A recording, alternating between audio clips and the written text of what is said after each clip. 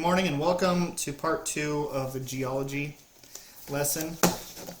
Yeah! Yeah! Yeah! I forgive you. Lesson 1, part 2, geology, right? We talked about sandstone. Sandstone is formed by the compaction of sand.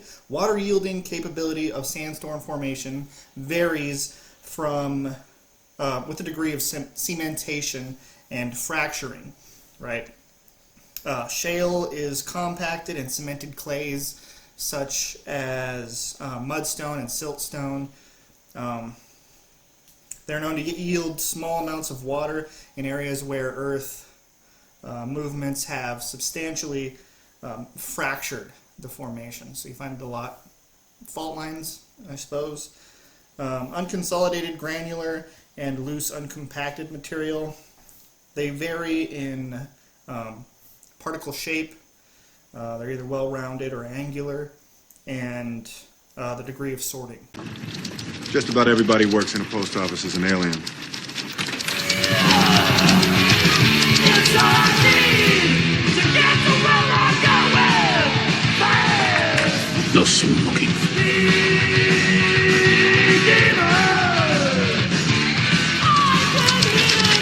Uniformity in size, right? Sand, gravel, and mixtures of sand and gravel are examples of this type of rock formation. We're talking about unconsolidated, right? They constitute the best water-bearing formations, right? But they vary considerably. Like they can make up all different types of rocks, but that's what we're looking for. We're looking for the unconsolidated formations where there's air in between the rocks and where water can rest, right?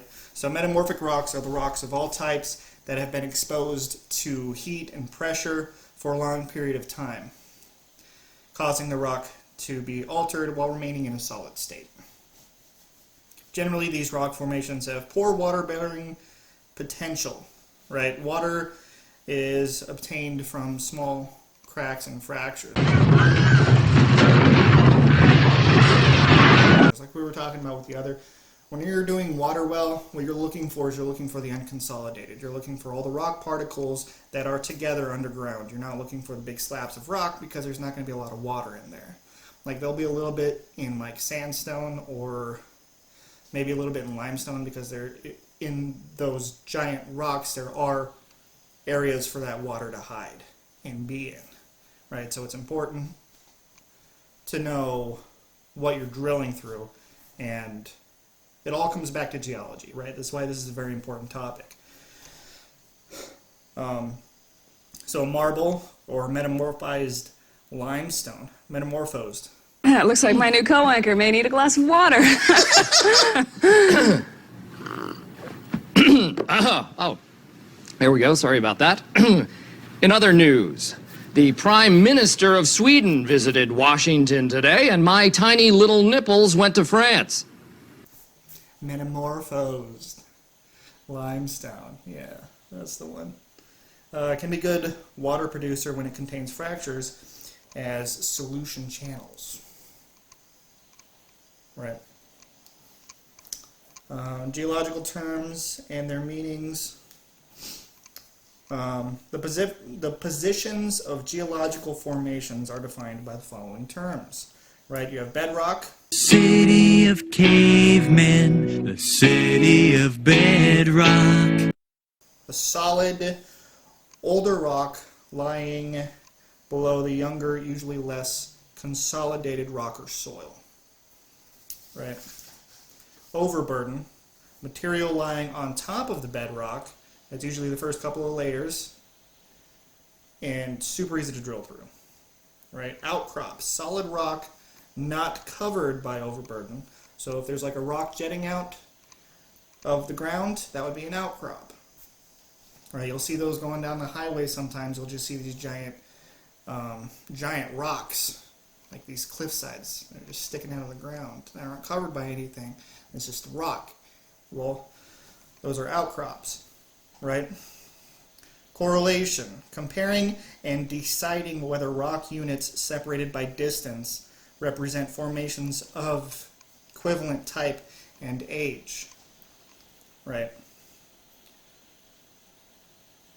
It's basically using context clues to figure out what the hell is going on. You know what I mean? Word, you know what I mean? Word, you know what I mean? Especially when them books be, you know what I mean? You know, real thick and heavy like, you know what I mean? Word, you know what I mean? You know what I mean. I know you do.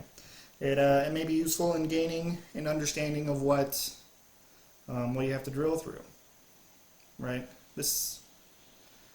It's important to look through other people's logs and see other people's work and figure out what they drilled through, so that when you go drilling, you know what's under there, and it's not going to be the same. We drilled in a spot, and we thought we knew what was going on, and then we drilled 50 yards away from the same exact spot, got a completely different geological makeup.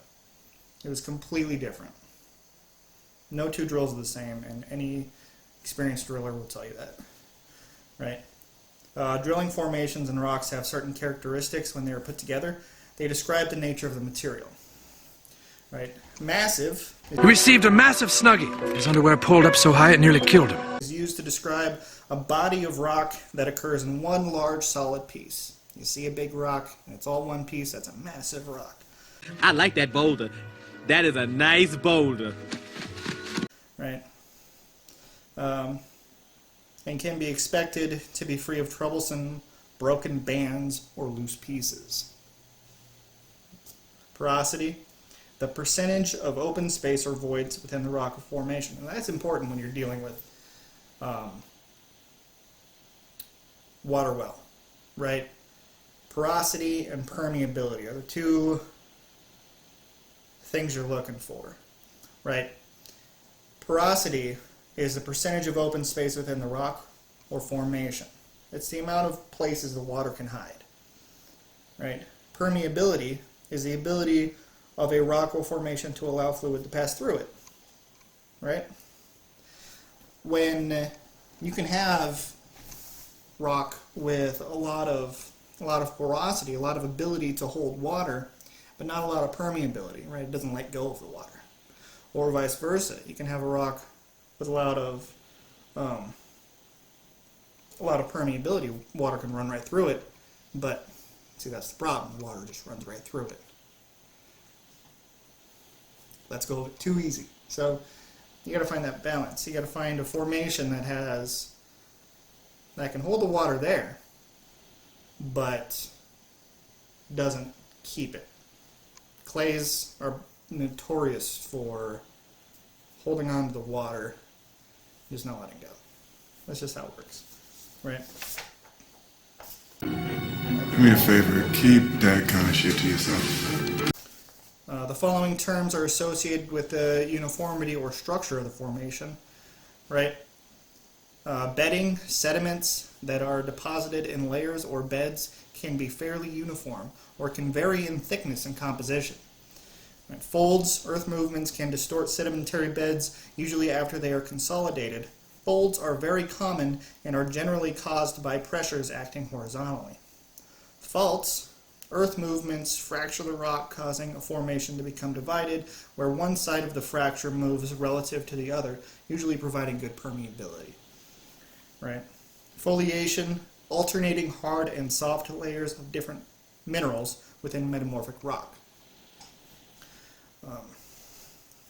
The attitude of a formation describes the manner in which the bedding planes run and in which way they slope.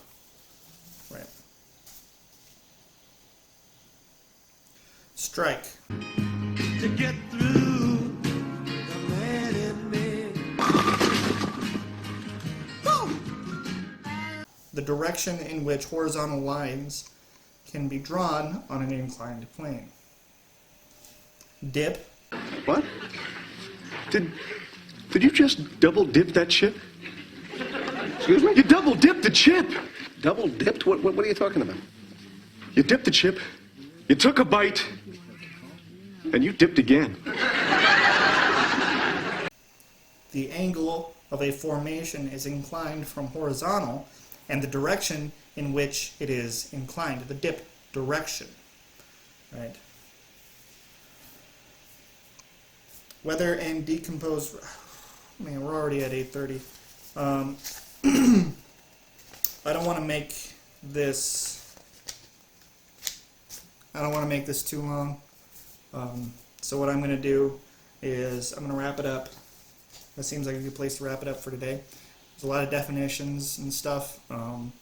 So there's going to be a lot of clips to go with this video. I'm going to include a lot of substantiating information, and I know we didn't get very far today, but well, I will have another video tomorrow. We're gonna try to knock this out tomorrow. I went as fast as I could. I'm still working on this. Bear with me. I will get better, and I feel like I've been getting better over the last week, and we'll just continue progressing. We're gonna get through this. It's gonna be great.